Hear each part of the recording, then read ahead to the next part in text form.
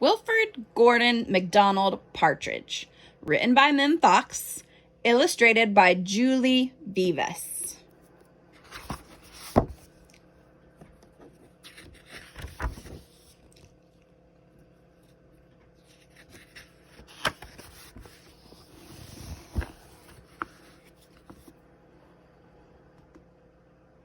There once was a small boy called Wilfrid Gordon McDonald Partridge, and what's more, he wasn't very old either. His house was next door to an old people's home, and he knew all the people who lived there. He liked Mrs. Jordan, who played the organ. He listened to Mr. Hosking, who told him scary stories. He played with Mr. Tippet, who was crazy about cricket. He ran errands for Miss Mitchell, who walked with a wooden stick. He admired Mr. Drysdale, who had a voice like a giant.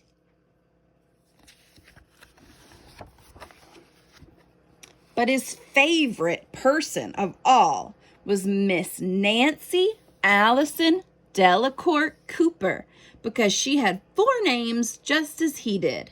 He called her Miss Nancy and told her all his secrets.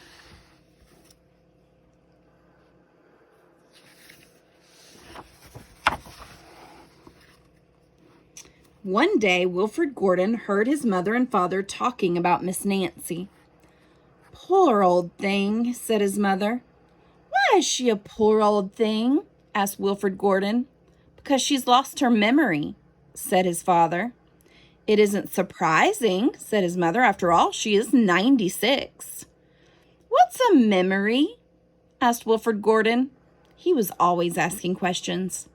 "It is something you remember," said his father. But Wilfrid Gordon wanted to know more, so he called on Miss Jordan, who played the organ. "What's a memory?" he asked. "Something warm, my child, something warm." He called on Mr. Hosking, who told him scary stories.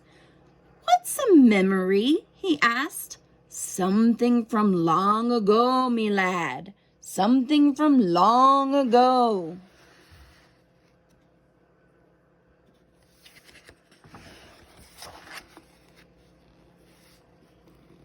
He called on Mr. Tippet, who was crazy about cricket. "What's a memory?" he asked. "Something that makes you cry, my boy, something that makes you cry."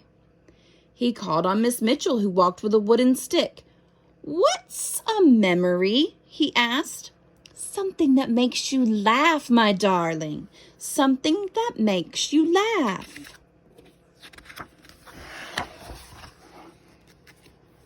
He called on Mr. Drysdale, who had a voice like a giant. "What's a memory?" he asked. "Something as precious as gold, young man, something as precious as gold." So Wilfrid Gordon went home again to look for memories for Miss Nancy, because she had lost her own.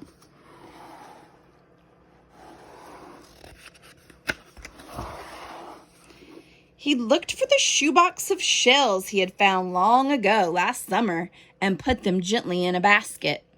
He found the puppet on strings, which always made everyone laugh, and he put that in the basket too. He remembered with sadness the medal which his grandfather had given him, and he placed it gently next to the shells.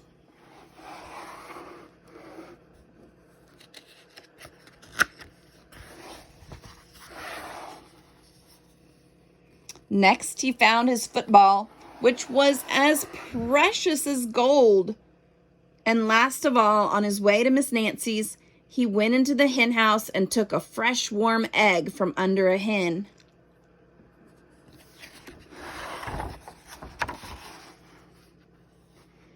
Then Wilfrid Gordon called on Miss Nancy and gave her each thing, one by one.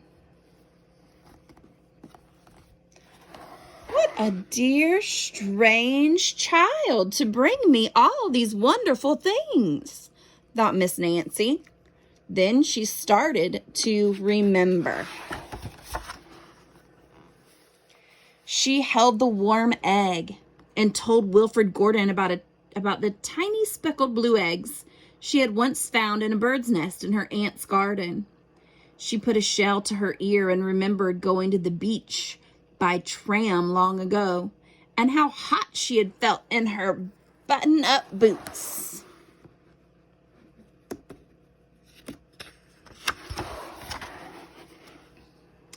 She touched the metal and talked sadly of the big brother she had loved, who had gone to war and never returned. She smiled at the puppet on strings and remembered the one she had shown to her sister and how she had laughed with a mouth full of porridge.